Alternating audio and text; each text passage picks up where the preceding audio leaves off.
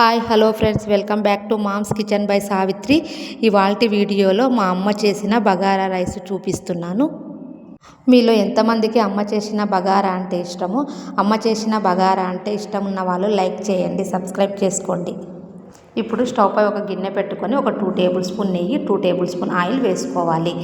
నెయ్యి oil heat అయిన తర్వాత మీకు ఇంట్లో అవైలబుల్గా ఉన్న గరం మసాలాలు అన్నీ వేసుకోండి. ఇప్పుడు ఈ మసాలాలు ఫ్రై అయిన తర్వాత 2 పచ్చిమిరపకాయలను, ఒక మీడియం సైజు ఆనియన్ను వేసుకోవాలి. పచ్చిమిర్చి ఆనియన్ కొంచెం ఫ్రై అయిన తర్వాత ఒక 2 రెమ్మల కరివేపాకు వేసుకోండి. ఇప్పుడు ఒక 2 టేబుల్ స్పూన్ అల్లం వెల్లుల్లి పేస్ట్ వేసుకొని అల్లం వెల్లుల్లి పేస్ట్ పచ్చివాసన పోయే వరకు ఫ్రై చేసుకోవాలి.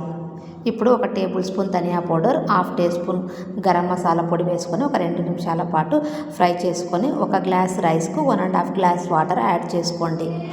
ఇప్పుడు తగినంతగా సాల్ట్ వేసుకొని సాల్ట్ కూడా ఒకసారి చెక్ చేసుకొని మూత పెట్టి ఒక 5 మినిట్స్ పాటు హై ఫ్లేమ్లో మరిగించుకోవాలి.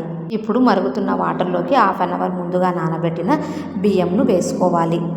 ఇక్కడ మేము నార్మల్గా రోజు వాడే రైస్నే వేసుకుంటున్నాము. మీరు కావాలంటే బాస్మతి రైస్తో కూడా చేసుకోవచ్చు.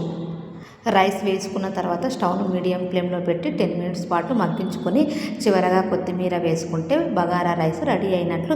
ఈ వీడియో మీకు నచ్చినట్లయితే లైక్ చేయండి.